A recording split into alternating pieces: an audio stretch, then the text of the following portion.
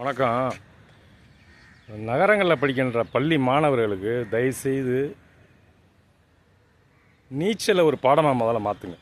பாடமாக கொண்டு வாங்க.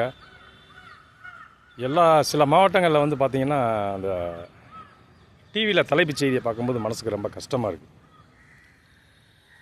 10ஆம் கிளாஸ் மாவனம் 9ஓ 8ஓ +2ஓ அவன் நீச்சல் தெரியாமல் அதை குளிக்கணும்னு ஆசைப்பட்டு உள்ளே போய் இறந்து அந்த பாடியை வந்து அவங்க ரெஸ்கியூ வெளியே கொண்டு வந்து அந்த தாய் தகப்பன் தாத்தாலாம் அழுகிற நிலைமையை பார்த்தா ரொம்ப மனசு வலிக்குது. இந்த ஒரு விழிப்புணர்வு ஏன் அரசாங்கத்துக்கு இது வரைக்கும் வரலைன்னு தெரில.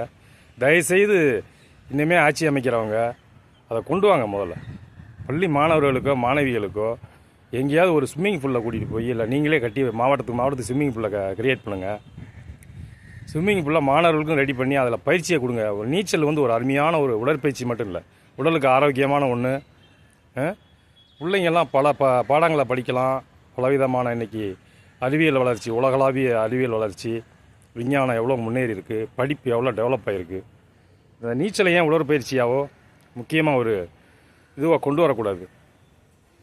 பிள்ளைகள்லாம் போய் கம்மாயில் அந்த கிராமங்களில் இருக்கிற ஏரியில் குளிக்க ஆசைப்பட்டு அவங்களுக்கு ஒரு சின்ன வயசு பருவ பசங்களுக்கு அந்த குளிக்கணும்னு ஒரு ஆசை வரும். நம்மளாம் கடந்து வந்திருக்கோம். நான் ஒரு கிராமத்தை சேர்ந்தேன். கிராமத்தில் பூர்வீகமாக பிறந்தவன். சென்னையிலேயே நான் ஒரு 40 வருஷம் வளர்ந்துக்கிட்டு இருக்கேன். 12 வயசில் அங்கே வந்தேன். என்னுடைய லக்கு வந்து 12 வயசில் வந்ததுனால 12 வயசுக்குள்ளேயே நான் கிராமத்தில் நீச்சலை கற்றுக்கிட்டேன். நான் மதுரை மாவட்டத்தில். அது 2 கிராம வாழ்க்கை நகர வாழ்க்கை ரெண்டையும் பார்க்கும்போது, இந்த டிவியில் செய்தியெல்லாம் சமீபமாக பார்க்கும்போது ரொம்ப மனசு ரொம்ப வலிக்குது. ஒரு 10ஆம் வயசு பையன் திருவள்ளூர் மாவட்டத்தில் இன்றைக்கி என்ன தேதி? வெள்ளிக்கிழமை குட் ஃப்ரைடே 3ஆம் தேதி 2026.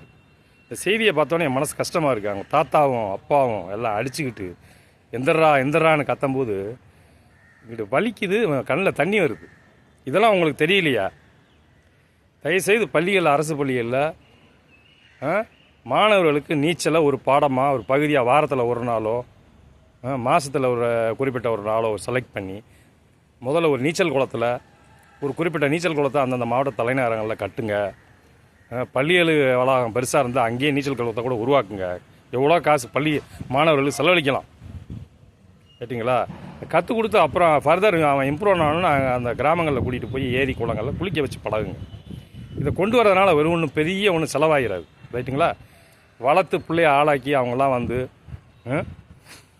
அந்த புள்ள உயிரை கொடுத்து தவிச்சு அவன் போய் குளிக்க ஆசைப்பட்டு செத்து போய் அவங்க அழுகிறத பார்த்தா மனசு கஷ்டமாக இருக்குது.